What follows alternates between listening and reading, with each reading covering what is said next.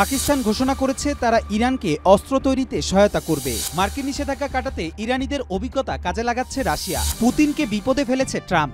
যুদ্ধবন্ধ না করলে শুল্ক আরোপ ও নিষেধাজ্ঞার খড়গ চাপানোর হুমকি দিয়েছেন তিনি। ট্রাম্পকে নিয়ে ভারতের শঙ্কা, রাত দিন ঘুমহীন সময় কাটছে মোদী সরকারের। ট্রাম্পের শপথের পর এলএনজি নিয়ে বাংলাদেশ ও যুক্তরাষ্ট্রের মধ্যে বড় চুক্তি স্বাক্ষরিত হয়েছে। তবে এ বড় চুক্তিতে কি থাকছে এ প্রশ্নই এখন দেশবাসীর মনে। ডিপ্লোম্যাটিক এক্সিলেন্স অ্যাওয়ার্ড পাচ্ছেন সৌদি রাষ্ট্রদূত। পাকিস্তান ঘোষণা করেছে তারা ইরানকে অস্ত্র তৈরিতে সহায়তা করবে, কিন্তু কেন এই সিদ্ধান্ত আর এর ফলাফলই বা কি হতে পারে?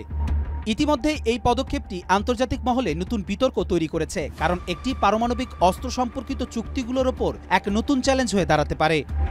পাকিস্তান ও ইরানের মধ্যে এই সিদ্ধান্তের পেছনে দুটি দেশের সামরিক সম্পর্ক আরও দৃঢ় করার চেষ্টা রয়েছে। পাকিস্তানের কর্মকর্তারা বলেছেন তারা ইরানের অস্ত্র তৈরি সক্ষমতা বাড়ানোর জন্য প্রযুক্তিগত সহায়তা প্রদান করবে, যা বিশেষত তেহরানের প্রতিরক্ষা ক্ষমতাকে শক্তিশালী করবে।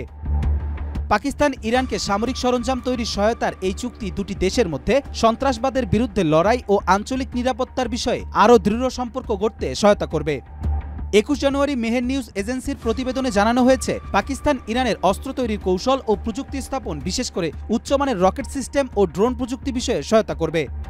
এছাড়া দুটি দেশ তাদের সামরিক সম্পর্ক আরও গভীর করার লক্ষ্যে একাধিক পদক্ষেপ গ্রহণ করবে, যা আঞ্চলিক রাজনৈতিক স্থিতিশীলতা ও নিরাপত্তা বৃদ্ধির জন্য গুরুত্বপূর্ণ হতে পারে। পাকিস্তান ও ইরানের মধ্যে এই নতুন সহযোগিতা আঞ্চলিক প্রতিদ্বন্দ্বিতা ও সামরিক মিত্রতা নতুন মাত্রা পেতে পারে। পাকিস্তান ও ইরানের এই চুক্তি দুই দেশের মধ্যে সামরিক শক্তি বৃদ্ধির পাশাপাশি তাদের সম্পর্ককে আরও গভীর করবে। সামগ্রিকভাবে এটি আঞ্চলিক নিরাপত্তা পরিস্থিতি ও বিশ্ব রাজনীতিতে নতুন এক চ্যালেঞ্জও তৈরি করতে পারে। কবির চৌধুরী চয়, মাই টিভি। মার্কিন নিষেধাজ্ঞা কাটাতে ইরানিদের অভিজ্ঞতা কাজে লাগাচ্ছে রাশিয়া। রাশিয়া মার্কিন নিষেধাজ্ঞার বিরুদ্ধে লড়াইয়ের জন্য এক নতুন কৌশল গ্রহণ করেছে। রাশিয়া বর্তমানে ইরানের অভিজ্ঞতাকে কাজে লাগাচ্ছে, যারা বহু বছর ধরে মার্কিন নিষেধাজ্ঞার চাপের মধ্যে থেকে নিজেদের অর্থনীতি ও ব্যবসা পরিচালনা করেছে।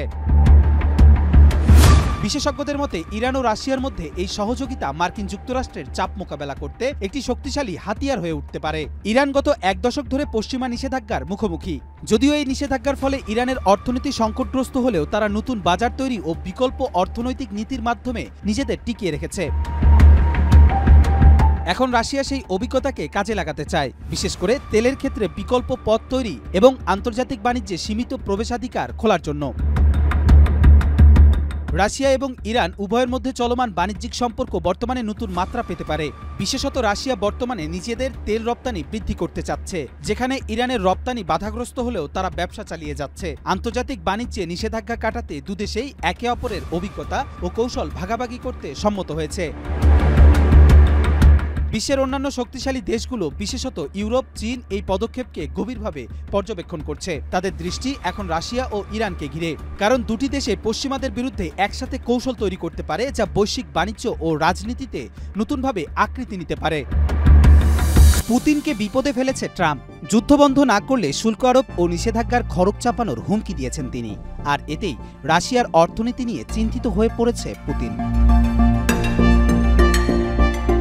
ক্ষমতার মসনদে বসেই একের পর এক পদক্ষেপ নিচ্ছেন মার্কিন প্রেসিডেন্ট ডোনাল্ড ট্রাম্প। প্রতিশ্রুতি পূরণে মরিয়া হয়ে উঠেছেন তিনি।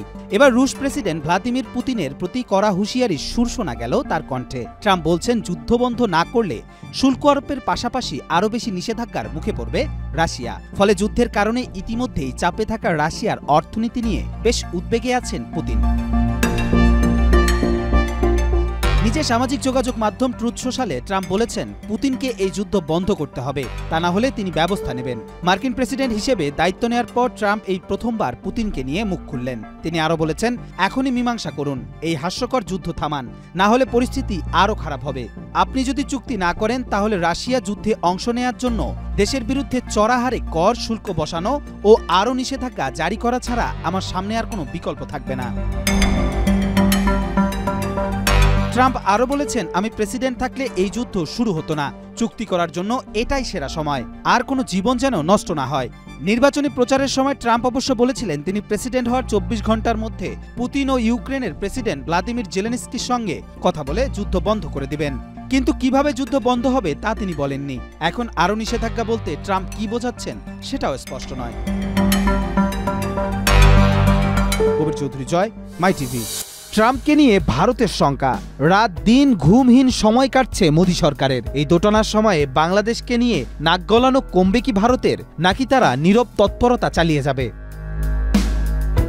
গত 6 নভেম্বর আমেরিকার প্রেসিডেন্ট নির্বাচনের ফল ঘোষণা হতেই বাকি দুনিয়ার যে দেশটি সবচেয়ে বেশি উল্লাসে মেতেছিল তা নিঃসন্দেহে ভারত। ভারতের প্রধানমন্ত্রী নরেন্দ্র মোদীও মার্কিন প্রেসিডেন্টকে উচ্ছ্বাসিত অভিবাদন জানাতে ও নতুন অংশীদারির অঙ্গীকার করতে একটুও দেরি করেননি। তার ঠিক 2.5 মাস পর ডোনাল্ড ট্রাম্প রীতিমাফিক আমেরিকার 47তম প্রেসিডেন্ট হিসেবে শপথ নিয়েছেন। 4 বছরের ব্যবধানে আবার তার ঠিকানা হয়েছে হোয়াইট হাউসে। ট্রাম্পের বিজয়ের পর দিল্লিতে যে ধরনের উৎসাহ দেখা যাচ্ছিল, বিশেষ করে ভারতের মার্কিন সমীকরণের যে নতুন সম্ভাবনায় বুক বাঁধছিলেন, তা এখন অনেকটাই স্তিমিত। বরং আগামী দিনে ট্রাম্প প্রশাসনের সম্ভাব্য বেশ কিছু পদক্ষেপ নিয়ে দিল্লিতে ক্ষমতার অলিন্দে আশঙ্কা ও অনিশ্চয়তার মেঘ ক্রমশ ঘনিয়ে উঠেছে। ডোনাল্ড ট্রাম্পের শপথ গ্রহণ অনুষ্ঠানেও প্রধানমন্ত্রী মোদীকে দেখা যায়নি। সেখানে ভারতের প্রতিনিধিত্ব করেছেন পররাষ্ট্রমন্ত্রী এস জয়শঙ্কর। সরাসরি মোদীকে ওই অনুষ্ঠানে আমন্ত্রণ জানানো হয়েছিল কিনা তা নিয়েও ধোঁয়াশা আছে। নরেন্দ্র মোদী ও ডোনাল্ড ট্রাম্পের যে পার্সোনাল কেমিস্ট্রি নিয়ে ভারতের মিডিয়াতে গত কয়েক বছর ধরে বিপুল পরিমাণ নিউজ প্রিন্ট আর এয়ারটাইম খরচ হয়েছে, এরপর আম ভারতীয়দের জন্য এটা একটা বড় ধাক্কা হয়ে উঠেছে।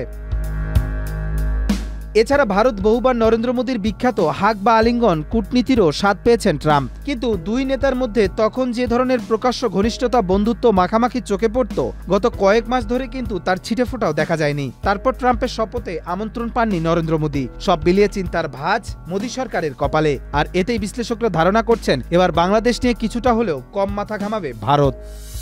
ট্রাম্পের শপথের পর এলএনজি নিয়ে বাংলাদেশ ও যুক্তরাষ্ট্রের মধ্যে বড় চুক্তি স্বাক্ষরিত হয়েছে। তবে এ বড় চুক্তিতে কি থাকছে, এ প্রশ্নই এখন দেশবাসীর মনে।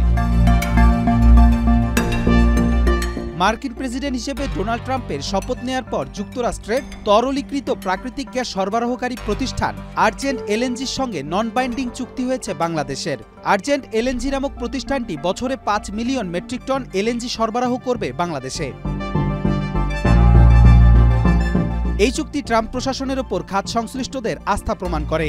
আর্জেন্ট এলএনজি লুজিয়ানাতে 25 million metric ton per annum অবকাঠামো তৈরি করছে, যা তাদের সরবরাহ ব্যবস্থাকে শক্তিশালী করবে। যেসব দেশের সঙ্গে যুক্তরাষ্ট্রের মুক্ত বাণিজ্য চুক্তি নেই, সেসব দেশে গ্যাস পাঠানোর ক্ষেত্রে মার্কিন জ্বালানি বিভাগ লাইসেন্স প্রদান স্থগিত করে রেখেছিল। তবে ট্রাম্প ক্ষমতা গ্রহণের পর নির্বাহী আদেশের মাধ্যমে এটি বাতিল করেন। বাংলাদেশ বিনিয়োগ উন্নয়ন কর্তৃপক্ষের চেয়ারম্যান আশিক চৌধুরী বলেছেন, এই চুক্তি শুধুমাত্র বাংলাদেশের বর্ধমান শিল্পের গ্যাসের সরবরাহ নিশ্চিত করবে না, সঙ্গে যুক্তরাষ্ট্রের সঙ্গে কৌশলগত সম্পর্কও শক্তিশালী করবে। 2022 সালে ইউক্রেনে রাশিয়ার হামলার পর বিশ্বব্যাপী গ্যাসের দাম বেড়ে যাওয়ায় বাংলাদেশে কম দামি কয়লার দিকে ঝোঁকা শুরু করে। তবে দীর্ঘমেয়াদী সমাধান খুঁজতে এলএনজির দিকে ঝুঁকছিল বাংলাদেশ সরকার। Kabir Chowdhury Joy, My TV, Dhaka. Diplomatic excellence award পাচ্ছেন সৌদি রাষ্ট্রদূত।